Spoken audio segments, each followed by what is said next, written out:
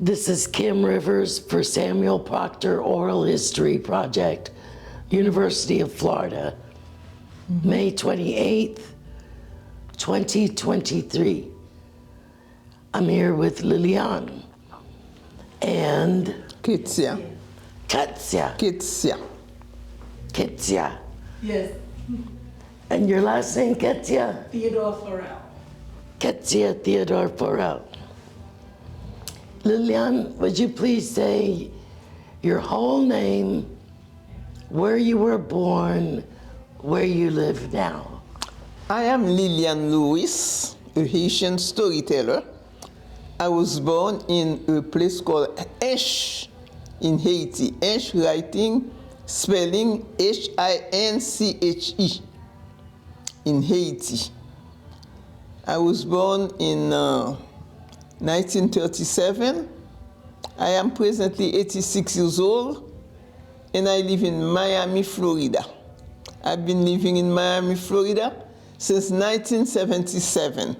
Previously, after I left my country, I lived in New York City for 13 years before moving to Florida.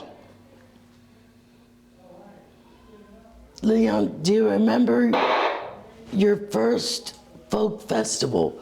How did you find out what happened?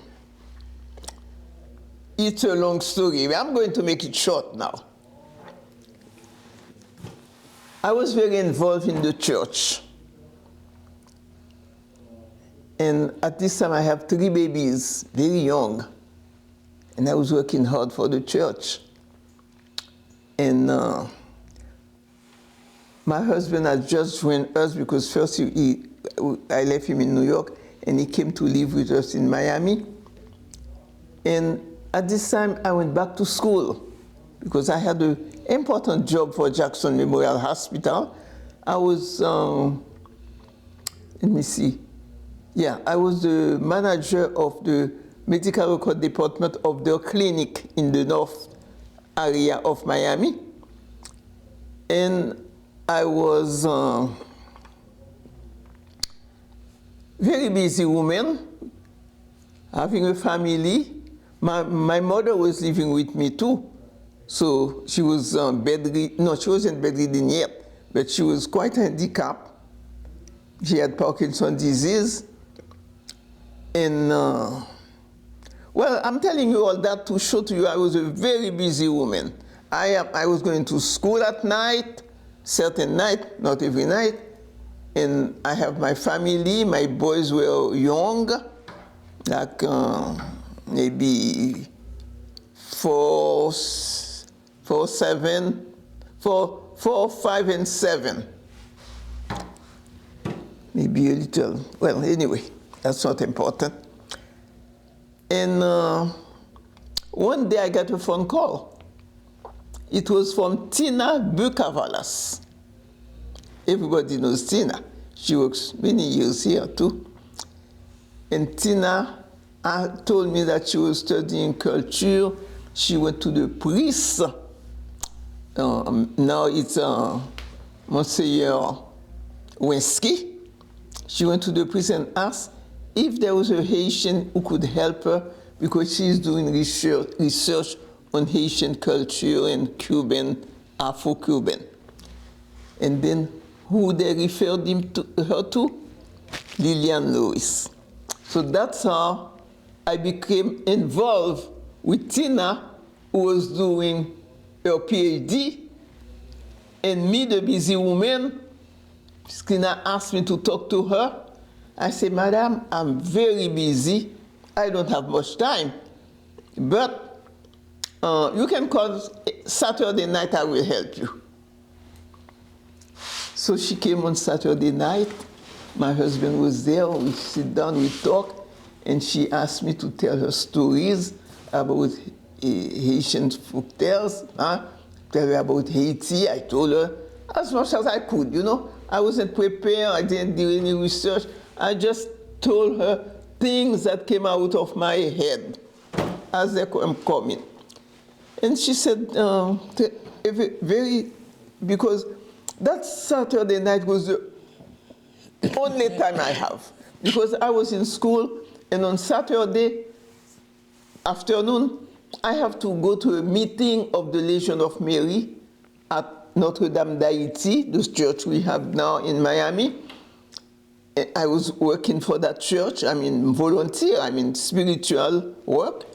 Every Saturday I have a meeting, and after that, before the meeting, I have to visit families, give them some little help, spiritually. And so that was the only time I had for Tina. So she came religiously every Saturday.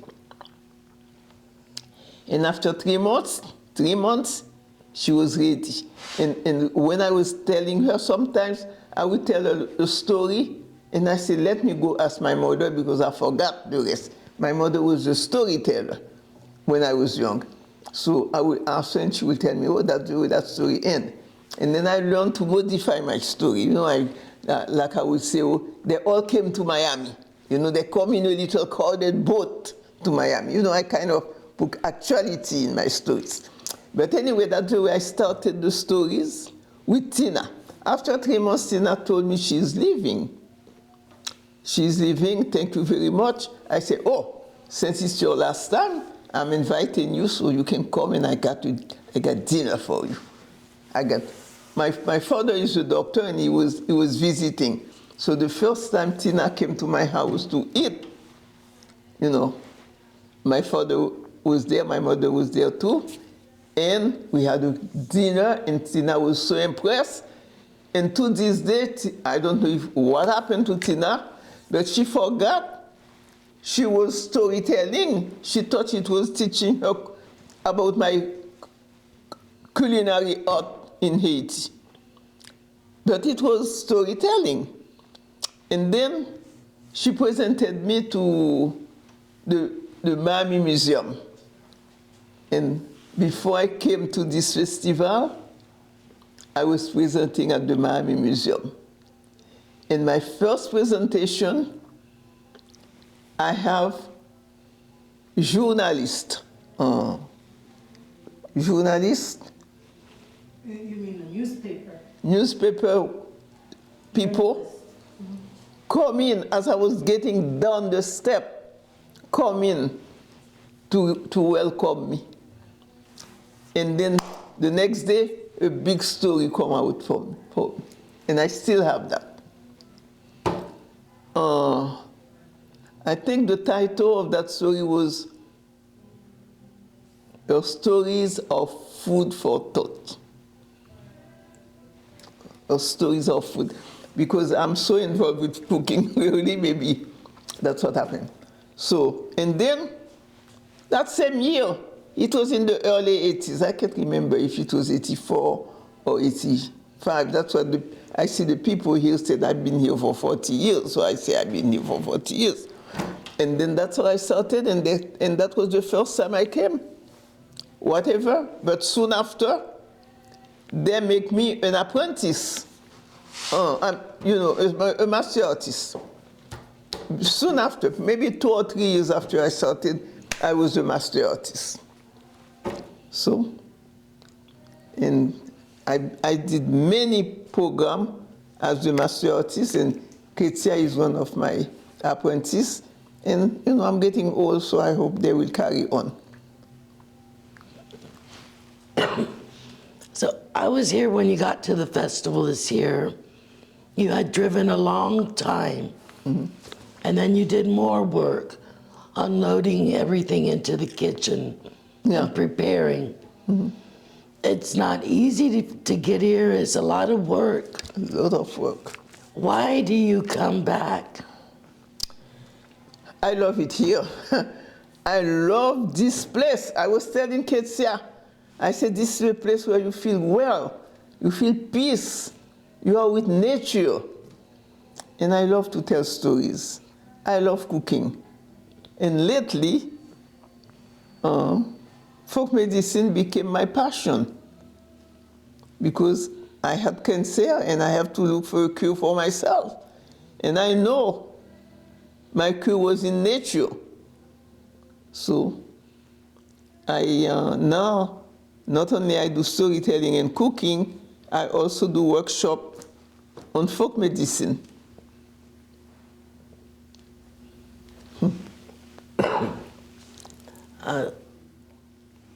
In the future, say 20 years from now, what would you want someone to know about Liliane at the folk festival?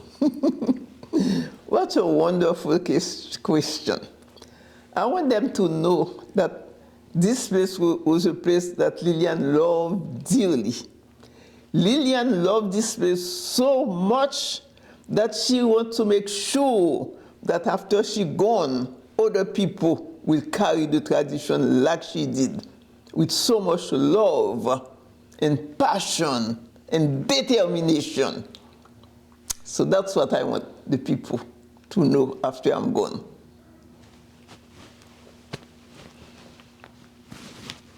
Do you know what time it is? It's 10 after 4, time for me to hit the road. Yeah, 407. Then I have to say thank you. Very much. Thank you.